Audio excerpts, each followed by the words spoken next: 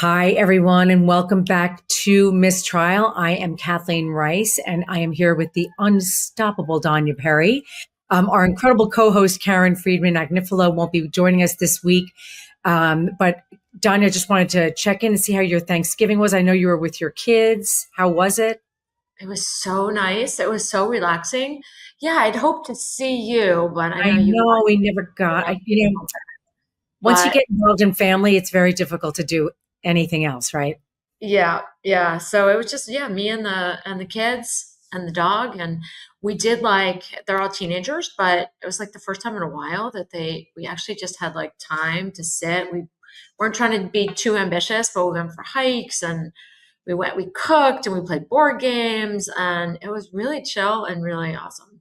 Sounds like the perfect Thanksgiving. It was nice. Yeah, yours The was weather good. wasn't bad out there. No, it was nice. It was Yeah. cold. It was Yeah, a nice. Yeah. little chilly, but Do not you as cook? You don't cook, right? oh I feel no. like I would know that. Oh, yeah, I mean, please. I literally can maybe boil water. I know it Yeah, sounds like cliche, but I have no interest in learning. I don't enjoy it. I don't enjoy it. My kids love to cook and they're really good at it. So I have kind of the Right. best of both worlds. Yeah, But I don't encourage know them where to they got it. do it. Yeah, I know. No, Where they please. learned it. So, Danya, I'm so excited to just dig right in. This week, we are going to talk about a lot of stuff in both legal and political news. And what I want to start with is obviously the news of it was pretty seismic news. The Biden's complete pardon of his son Hunter that goes back to 2014. It just raised the hackles of everyone. Obviously, it gave fodder to all the Republicans to say he went back on his word. I mean, just to give people a little reminder, Biden kept talking about the fact that he was not going to intervene in any of Hunter's cases, right, Danya? I mean, when this was all going on, he said, I'm not going to intervene. And for a while DOJ, he didn't. yeah, and he didn't. That's right. Look, I think it would be really hard, and I'm just trying to put myself in Biden's shoes. I think it would be really hard not to take advantage of the fact that you can get your son out of harm's way. And I'm not so much talking about Trump's, going after him, but if you look at the people that he's nominating to positions like DOJ, FBI, NSA, I mean, that is what's really raising concern about what are they going to feel like they need to do to stay in the good graces of Donald Trump, you know? Yeah. Yeah, I agree. I mean, the one, I guess, little quarrel that I think is somewhat legitimate in my own view is this, the fact that Biden kind of reversed himself, right? He had long said he would not interfere, he would not grant a pardon, and lo and behold, in his last days, he did. I do think there's a pretty good counter argument that the landscape has shifted with Trump's election, but exactly as you say, with his nominations to these important positions and just the flood of statements about going after the quote unquote, Biden crime family. I think it was important to not just clear him of or pardon him for the crimes, one which he was convicted and the other which he pled guilty to, but really, it was a blanket pardon for 10 years worth of activity of conduct. And I think that the fact is that he would not have gotten much, if any, jail time, I think, on those crimes. And as Biden said in his letter accompanying the pardon, these are crimes that are typically not prosecuted. And I could say in my own experience, I don't know that I ever saw a first time tax offender, other than maybe Michael Cohen, Right. first time tax offender of that order of magnitude who was prosecuted criminally rather than civilly. And then, the crime of getting a gun license while addicted to drugs, while on drugs, is almost never prosecuted as a standalone crime. So Biden's not wrong about those things, but really more to the point, there were special prosecutors who were looking at Hunter Biden and the whole Biden family and were not able to come up with anything. And these were Trump prosecutors. But I think we have every reason to expect, and I think Biden does expect, that in the next administration, they're going to go to the ends of the earth, right, and boil every ocean to come up with whatever they can. So I guess I'd be surprised. I was not surprised by this. As a parent, I think you can understand it, but politically, I think it's also somewhat understandable. But I think there will likely be, and I personally believe likely should be, additional pardons issued. I mean, it is a core constitutional power of the president's, and Trump certainly made a bunch on his way out the door, including family and friends, right? He pardoned his son-in-law's father, who had been convicted of a pretty significant crime. I think he's now appointing Jared Kushner's father to some ambassadorship, maybe even to France. France. Yeah. To France. So this is hardly unheard of. Clinton pardoned his half brother, right? Roger Clinton. So there's some, I think people can have a human understanding of it, but I think also there's a political understanding that one can have as well here in this new landscape. I'm not sure why he made these across the board statements that he did. I wish he hadn't, because when someone reneges on that was a campaign promise essentially. Yeah. Do that. He's not campaigning anymore. He's lame duck, but it always kind of hits a little funny, and it hits with Democrats a little funnier, right? We don't like it. We want to be a little, we want to have moral high ground here. Absolutely. But I wasn't surprised. No, I don't think I was surprised either. Yeah. But, also if a lot of the Republicans are saying, well, first of all, he's went back on a promise that he made. So how can you trust anything he's ever said to you in the past? But also, the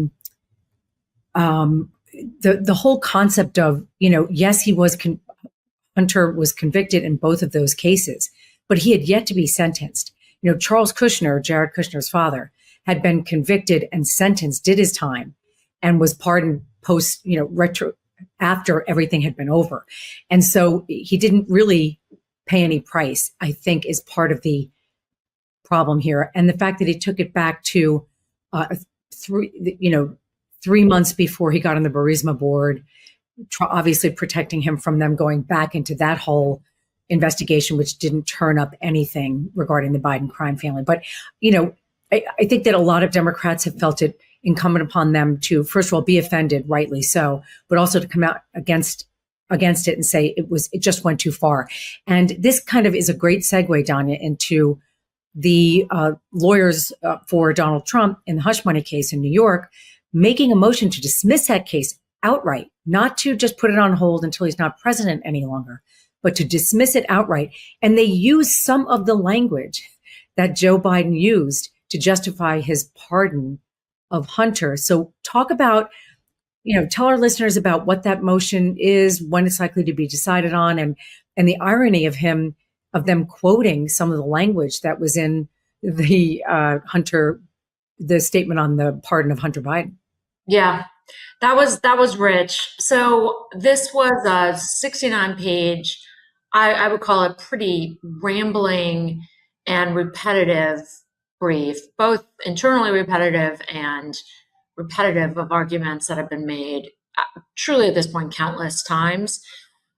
This one was more irreverent, I'd say, than in the past. I think they are feeling now like, they've got they can just be as completely I use the word unhinged, but really just Brazen. The wheels are off. Just right. They're no holding back. There's no rhetorical reserve here, and there's name calling, right? They said right out of the gates, they said this before, but politically motivated election interference witch hunt, and referring to quote unquote disgrace special counsel Jack Smith, the corrupt politicians in DC.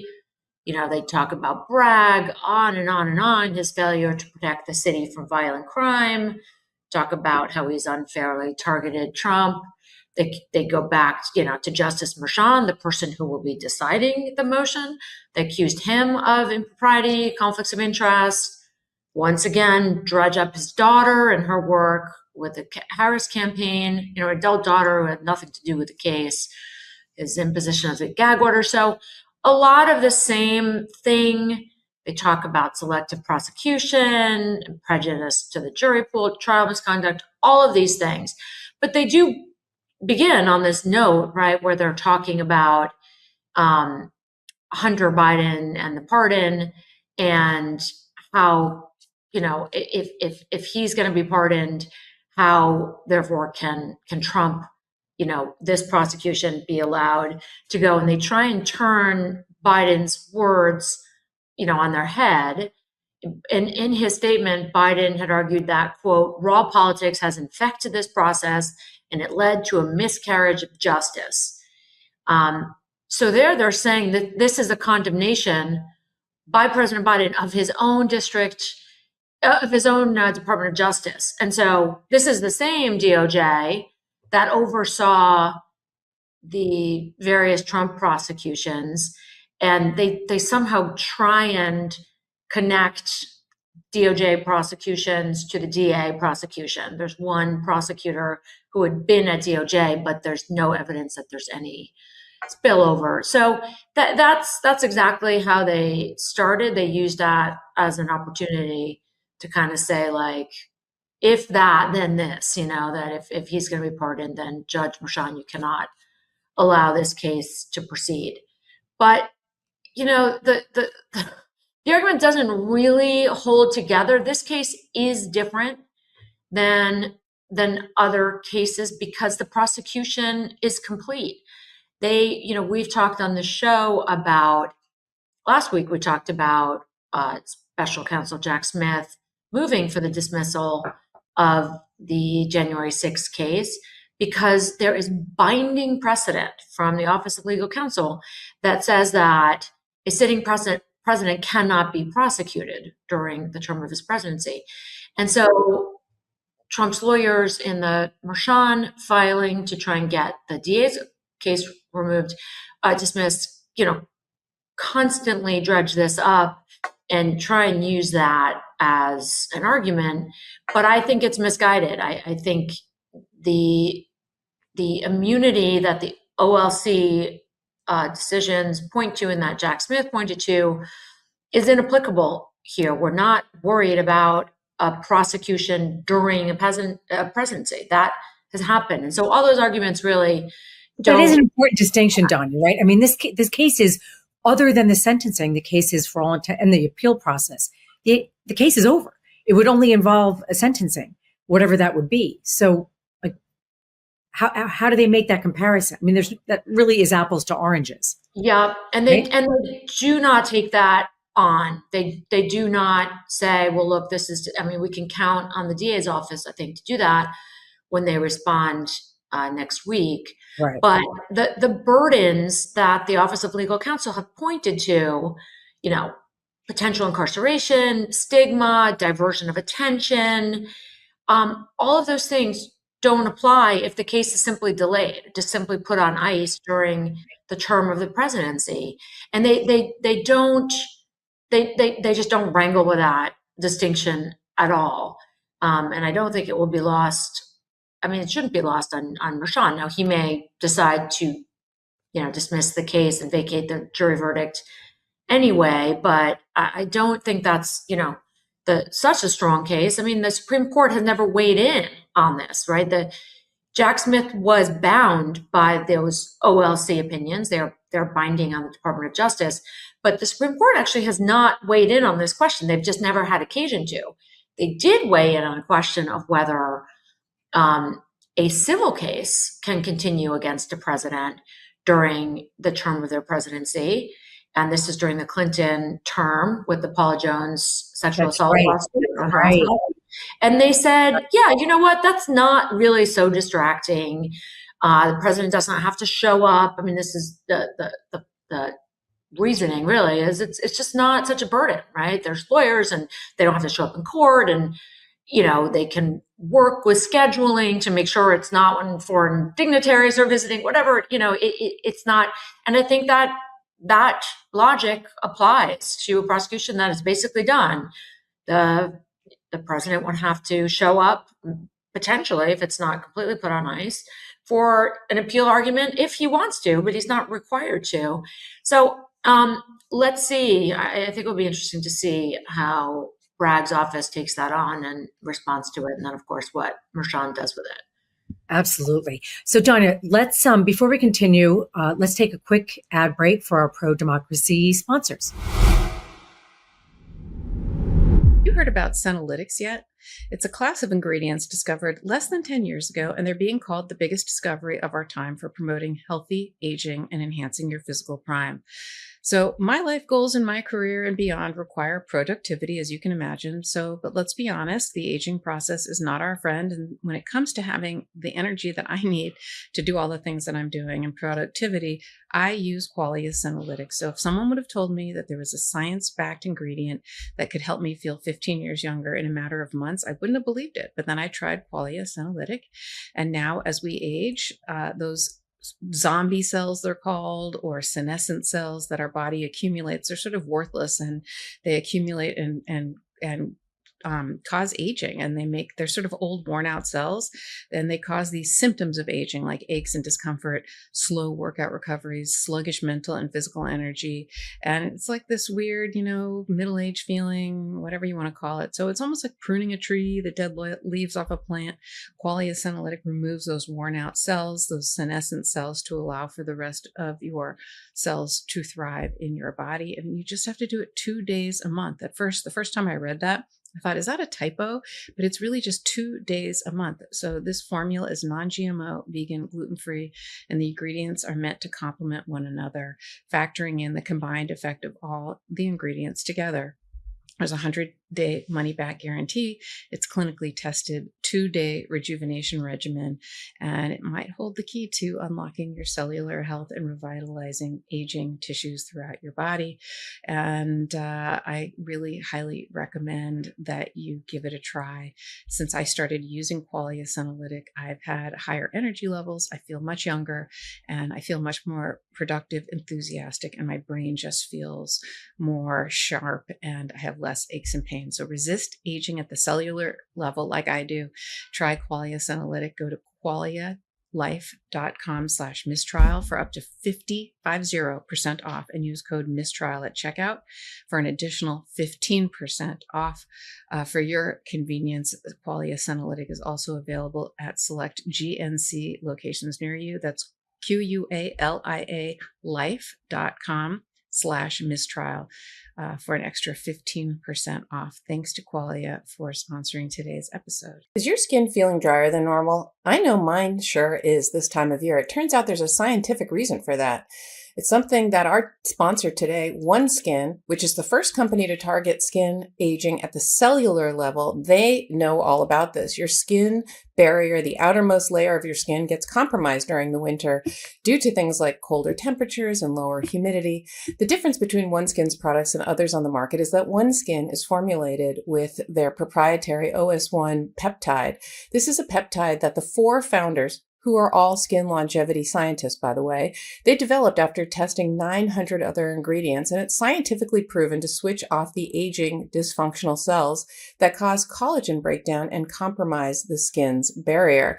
In fact, in lab and clinical studies, OS1 eye, OS1 face, and OS1 body were proven to increase barrier function in addition to improving overall appearance in 100% of users. So now you can try OneSkin's top sellers, the limited edition holiday bundle, $149 value for just $99. This exclusive set includes travel sizes of OS1 eye, OS1 face, and OS1 body in an elegant leatherette bag, and it's perfect. It's a perfect gift for anyone who wants healthier, more hydrated skin. And for a limited time off, you can get 15% off using code MissTrial when you check out at oneskin.co, not .com, but .co. This holiday season, invest in your skin's long-term health because healthy aging is a gift. I personally love OneSkin. I've been using it for a while.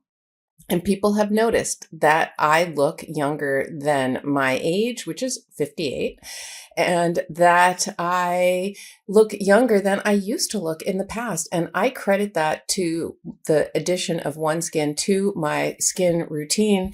Again, this is founded by and led by an all-woman team of skin longevity scientists, which of course I love. And it's redefining the aging process with their proprietary OS1 peptide, the first ingredient proven to help skin look, feel, and behave like your younger self. Get 15% off with code MissTrial with 2 S's, MissTrial at oneskin.co. That's 15% off oneskin.co with code MissTrial. After you purchase, they'll ask you where you heard about them. Please support our show and tell them we sent you. Invest in the health and longevity of your skin with OneSkin. Your future self will thank you.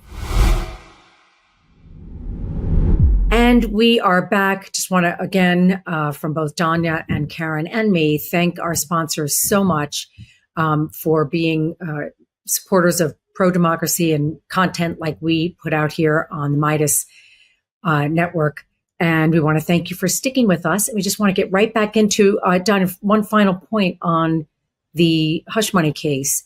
What is the timing of it all? When will Marchand make his decision? I don't have the schedule in front of me. It's Trump's lawyers. Does it happen before the end of the year, before he's sworn in, or? Yes. Yeah. I think we can expect that. I Something. think that the PA's papers are due next week. I think in 1 week. And then but I don't know if the judge has given himself a deadline. I just don't have the docket in front of me, but I'm betting he will do that before January 20th for sure. So, this kind of, I think it came out today, the Kash Patel letter that was sent to Olivia Troy, who used to be a national security advisor to Vice President Pence. So she is a Republican. And she received basically a cease-and-desist letter saying from Kash Patel, who is Donald Trump's nominee to head the FBI, pretty controversial character. But he had his lawyer send a cease-and-desist letter to Olivia Troy, who is now a commentator on MSNBC. But she has been very vocal in her criticism of Trump because she had a bird's eye view when she was advising Mike Pence. Basically saying, if you keep saying bad things about me, I am going to take legal action against you. Coming from, it's bad enough for someone to do that when you're just speaking the truth. And there have been numerous people who have come out and expressed the same sentiments and stories that Olivia Troy has shared with the public. But how like on a scale of 1 to 10, given what they're arguing here in the hush money case, so you can't do this to the president. And yet he is nominating someone who is out there saying that he is going to, on day one, shut the FBI down and turn the building into a deep state museum. And now his lawyer is sending this letter out to a woman who, I don't know what her financial situation is, but it's going to require her to hire legal counsel and go through, I can't even imagine what kind of mess. What do you say about that? Oh, I think just remind everyone, you've represented Michael Cohen, who is one of the most persecuted people in Trump 1.0 ever. Rightly or wrong, as people feel, he was prosecuted rightly for the crimes that he committed, but the continued persecution that continued, that happened after that. Yeah, I think it would not shock me if Patel is actually nominated and it goes through. I think it will make good on some of the threats / promises that they've made about who they're going to go after. And, whether that's Olivia Troy or Michael Cohen, we will see. But I think, you and Karen and I have had many discussions in the lead up to the election about Project 2025 and how we all believed that the party and Trump's apparatus in particular would make good on those promises. And even as much as he tried to discount it in advance, we're now seeing it's already being put into action. So I think we can believe these guys when they say they're going to do what they're going to do. And I think that's a pretty scary proposition. Yeah, I couldn't agree with you more. I mean, there's a full-blown embrace of, I mean, he might not come out and say, haha, I was only kidding that when I disavowed 2020, the Project 2025, but for all intents and purposes, he is picking people to be in his administration who wrote chapters that are contained in Project 2025. So it's going to be hard for him to deny I think it. it's just worth noting and making sure the audience understands the FBI director. It's the only political appointment within the Federal Bureau of Investigation, and they are appointed by act of Congress. They're appointed for a 10-year term, so it's supposed to straddle different administrations, different presidents, and that is a signal that it is not meant to be a political appointment. And the person who is in that seat right now, Christopher Wray, was appointed by Trump himself. Right? Biden kept him in place, but Trump has long expressed his dissatisfaction, to say the least, with the FBI because Wray refused to politicize it. Right. And so he's going to do something pretty extreme, which really does not happen, which is remove someone effectively without cause. There's no cause for it other than he thinks that Wray didn't do his bidding. And so that alone, right, breaks norms and mores. For bringing in someone, Kash Patel has never been positive in the FBI. I think he was a prosecutor, but that's very different from having any knowledge of this vast organization, right, with tens of thousands of employees and budget in a very serious place, both in domestic and in partnering with other organizations and kind of international security, American security. And it's someone who not only doesn't have that experience, but whose day one mission is to actually take the organization apart and to use it, for political advantage. I just think to me, that's as kind of blood curdling as it gets. It's just outrageous. And I mean, it's yet to be determined whether he's going to be able to actually get confirmed. We'll see. But, this actually does also highlight, Danya, to me, how important it is, the unity of Democrats, and not just in terms of messaging, but their organizational unity within the House. I spent 8 years there, as you know, as a Democratic member of the House. And when I got there in January of 2015, I was very vocal about the need for leadership change. I mean, when I got there, the three leaders, Nancy Pelosi, Steny Hoyer, and Jim Clyburn, all wonderful public servants, they had all been in their roles for 16 years. There had been no change. And this was going through the Obama administration. This had been going through, Nancy Pelosi becoming speaker the first time. She ultimately became speaker the second time when Trump was president. But this is just, I think it's inarguable that the public sees that kind of intransigence and stranglehold on power as justification for rejecting Democrats at the ballot box, because they say, well, you just keep the same people in power. You don't understand the plight of middle class Americans, lower class Americans. You just don't understand the plight of Americans right now. You're talking up here and we're over here. And, I think that we saw, it could be one of the reasons why, Donald Trump won. It wasn't an overwhelming mandate, but he won bigger than people thought he was going to win by. And so just to give a little background, all of the races in terms of, the House is going to be under Republican control, right? Because we gained some seats in New York and California, but not enough across the country. So I think they have a 5-seat margin now. Donald Trump has nominated 3 people who are in the House right now in the Republican caucus to serve in his administration, Lee Stefanik from New York being one of them as UN ambassador. But when they leave after, the swearing in, there will be a 2-seat majority in the House. I mean, there will be zero room for them to push through any overly MAGA agenda because assuming that those 3 vacated seats are going to be replaced by Republicans, which it's most likely that they will be, because most of the seats in the country are gerrymandered that way. They're still going to only at some point have maybe a 2-seat margin, a 3-seat margin. But the interesting thing, Danya, that I find I'm so grateful is happening finally 10 years after I questioned why it wasn't happening earlier. So you have internal races for leadership positions. So Hakeem Jeffries from New York, he will be the speaker someday. He is the minority leader now in the House. And then you have Catherine Clark, who is the number 2. She is from the state of Massachusetts. And then you have Pete Aguilar from California. So they replace Pelosi, Hoyer, and Clyburn. But all underneath that are committees that have to be staffed with a ranking member and then committee members. And so every committee has the majority, the Republicans are going to be in charge. So they're going to be the number 1 seat on the committees, and we'll have ranking member seats.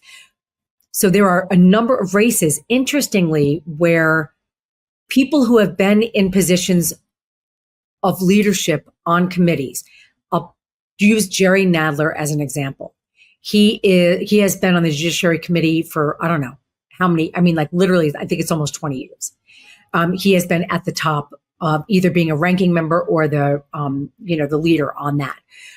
He recently, Jamie Raskin, who's from Maryland, announced that he was going to seek the ranking member position on judiciary, which is within our Democratic caucus, which has a policy that we lead by seniority. So whoever the most senior person is on a committee will get that ranking member position or the chair position when you're in the majority.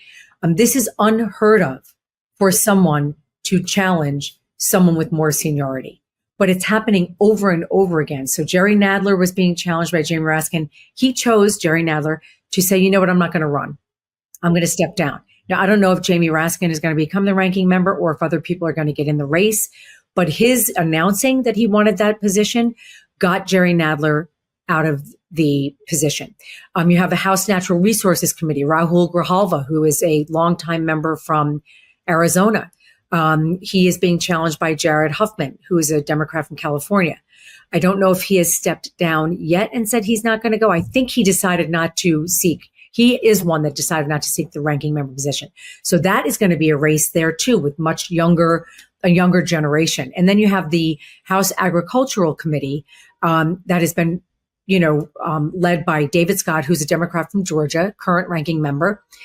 Jim Costa, who is a member from California, Angie Craig, great member from Minnesota. They have both said they want to look for that position. And David Scott has not announced whether or not he is going to stay in that race.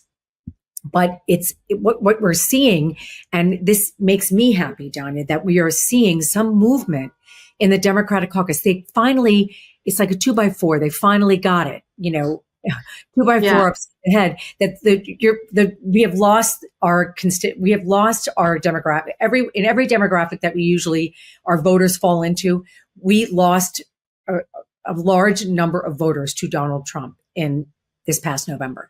And so I hope that this is the first step. And by the way, the most important thing is that Hakeem Jeffries is letting this happen. In the old days, Nancy Pelosi would say, this is who the chair is going to be. This is who the ranking member is going to be. And everyone fall in line. Hakeem is saying, guess what? This is all for all the members to decide. And I will help everyone get heard and allow the process to be fair, but I am not going to put my finger on the scale for anyone. And I'm certainly not going to say that seniority is the only thing that should save the day. So, you've heard me tell these stories for years, Danya. It's just about time. I remember from 10 years ago. Yeah, when you were not the most popular freshman. I was not. I was in Pelosi's doghouse for a long time. But, I will say that Republicans do one thing right. And I've said this to you before. A while ago, they instituted term limits for chairs of committees. So if you're a chair of a committee on the Republican side, you can only be chair for 3 terms. That's 6 years. And that means if you're in the chair position or you're the ranking member. And so what that allows there to be in the Republican Party, which is so critically important, is turnover and a difference of opinion, to allow there to be a different discussion and take the party possibly in a different direction. Now, what I neglected to say is that I believe that AOC, Alexandria Ocasio-Cortez, who is still a relatively young member of the caucus, even though I think she's been in the House now for 6 years, she is going to run to take Jamie Raskin's position as ranking member of the Oversight Committee. And now I say this just because it's going to be important. They come with their own agenda. She's very progressive. What direction are we going to take the Democratic Party? Are we going to go in a more moderate economic position, a direction, which is where I think the general public is and wants us to be? They want us to stop talking about, things that to them are not everyday issues. Like, how am I going to educate my kids? How am I going to put food on the table? How am I going to, get a job? How am I going to save money for my retirement? So it'll be interesting to see, but I think there's a lot of movement that we're going to see on the Democratic side. Finally. Yeah. Well, it will also really be interesting to see what happens with the race for DNC chair, right? That is kind of kicking in. The election for that Democratic National Committee chair is going to be held on February 1st. And there are a bunch of candidates who have already jumped into the ring. Some of them are kind of, as you were just describing, like relatively young, kind of energetic and energizing people. And they're going to be, obviously a lot of that person's function is going to be on fundraising, but a lot is on organizing, and messaging, to your point, and what will the message be? Obviously will be shaped. So I think this is going to be, I'm sure you follow this more closely than me. It hasn't really heated up yet, and some people haven't, thrown their hats in the ring, but I think it's going to be really one to watch, to see kind of where the party sees itself, and how they vote on that. So I couldn't agree with you more, Danya. I mean, it is like, it used to be the kind of thing that whoever the titular head of the party would choose the head of the DNC, but it has become much more democratic, if you will, appropriately so. Like House, you were talking about with Hakeem's new kind of way of looking at it, which is great. Like, it's just kind of surprising. I remember some of your stories, and the way it's always been does not work anymore. So It's great that people are willing to explore the way it should be, or the way it, can be. No question. But also accountability, Donnie. Like Jamie Harrison, to his credit, he was the head of the DNC for 2024. We lost. Forget about why, we lost. And if you talk about the difference between the public sector and the private sector, in the private sector, if you don't produce, you are held accountable. And what Jamie Harrison is saying is, look, I'm not going to seek re-election. Clearly, we need new leadership at the DNC. Heavy is the head that wears the crown. I'm going to take the fall, and I'm going to, exit stage right. So at this, process, as you noted, the election is going to be in February, but for the month of January, we're going to have 4 candidate forums, and every single candidate who throws their hat in the ring has to secure at least 40 endorsements from DNC members to qualify, which isn't that difficult. But so far we have the Democratic chair of the chair of the Democratic Party in Wisconsin, who has thrown his hat into the ring, Ken Martin, I believe it's his name. We have the chair of the Minnesota Democratic Farmer Labor Party, who has thrown his hat in the ring, former Maryland Governor Martin O'Malley, who is now the head of the Social Security Administration. I mean, not all of these people would define themselves the same way within the Big Tent Democratic Party.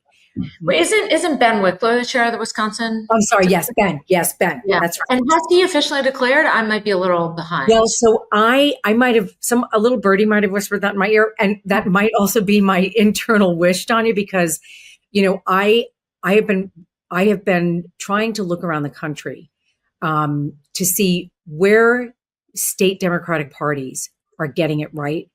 And Ben, right? He had took over. He was, I want to say he's been there. Do you have that? It's like the past 5 or 6 years. He's a young guy, but he's a young guy. And he was brought in about 5 or 6 years ago to completely overhaul how the party works. And he's done an amazing job. And what we need to do is replicate that in the other 49 states, because we don't have a functional Democratic Party.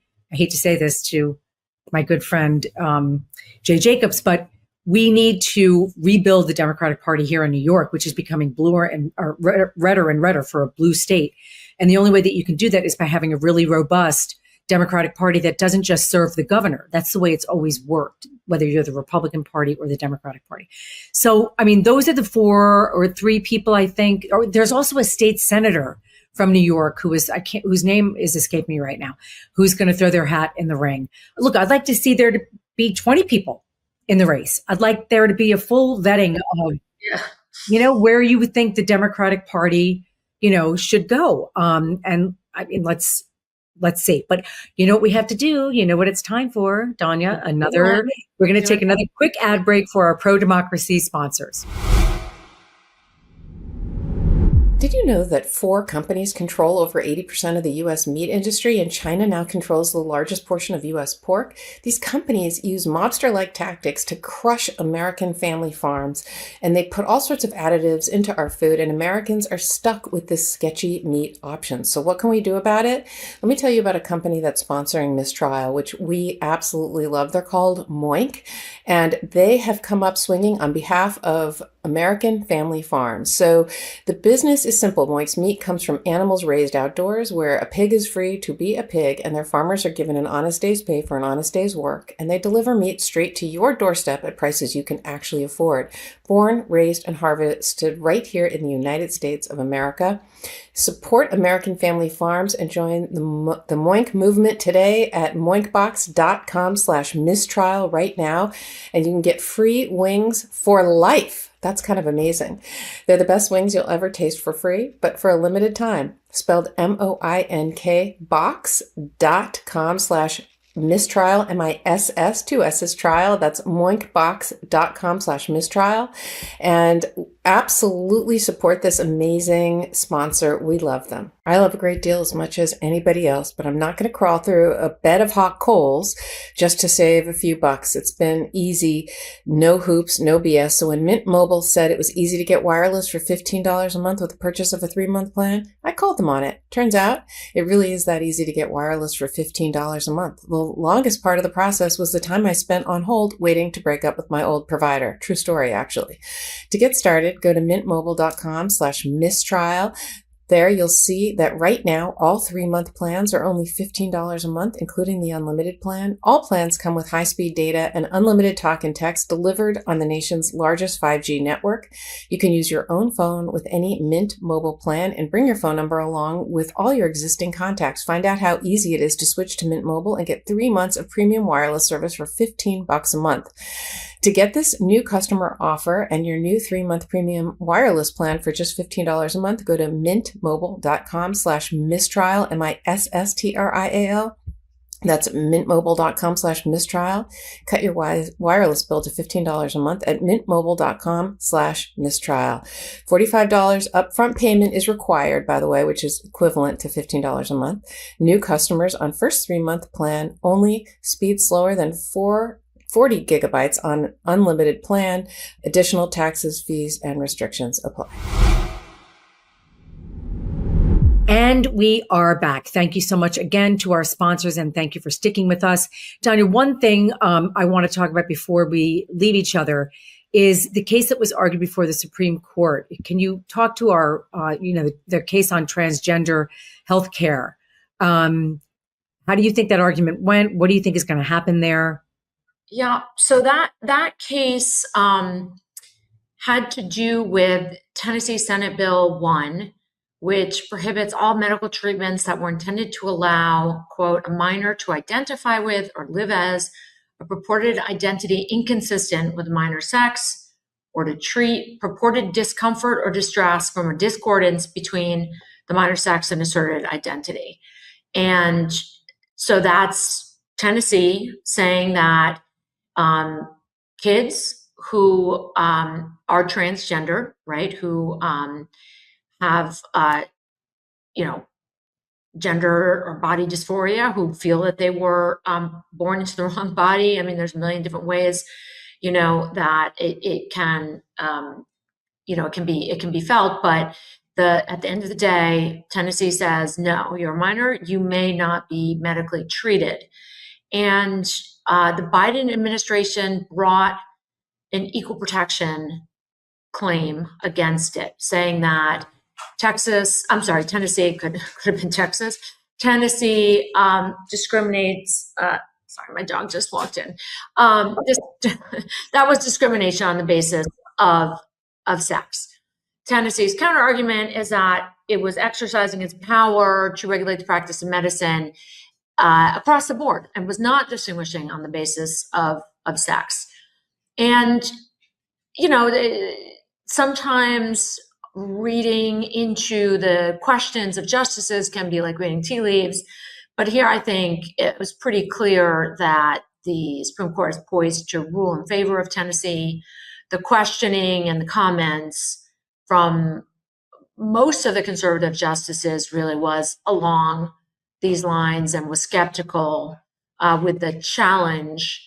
I think the only notable exception there was Gorsuch, who was silent. He was the author who penned the ruling in Bostock, so maybe that has something to do with it. But the conservative justices seem to think that this is a political question and not a judicial question.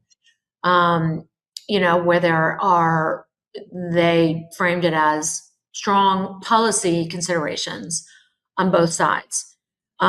So, we'll see before the end of the term in June, or, if it goes long as it did, as it has in the past, possibly into July. But that's, that's impact, though, Danya, right? I mean, there are 22 other states that have similar limitations. I mean, this is going to impact over 100,000 people. I mean, this could be catastrophic for them. I mean, in various stages, right? I mean, yeah.